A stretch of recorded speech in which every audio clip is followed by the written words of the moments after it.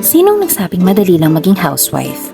Easy lang daw yun, nasa bahay ka lang, nag-aalaga ng bata, naglilinis ng bahay, nagluluto. Aba, yung akala mong madali, napakahirap niyan. Dahil yung mga gawain na yan, araw-araw mong dapat gawin. Ulit-ulit. Walang katapusan.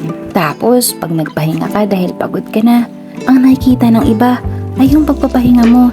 Hindi nila nakita na napagod ka, na nagtrabaho ka. Ang nakikita lang nila kapag nakaupo ka lang at hinawakan mo na yung cellphone mo. Hindi biro ang maging nanay. Idagdag pa na asawa ka rin. At mas mahirap kung meron ka ding trabaho. Kaya saludo ako sa mga nanay.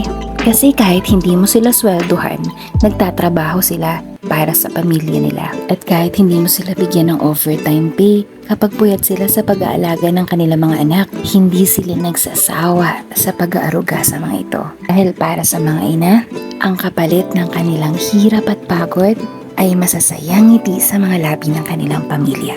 At hindi kailangang Mother's Day ngayon para ipagdiwang na isa kang dakilang ina. Salamat sa iyong pagmamahal. Naway patuloy kang maging biyaya para sa pamilya mo. Masayang araw para sa lahat ng mga nanay sa buong mundo.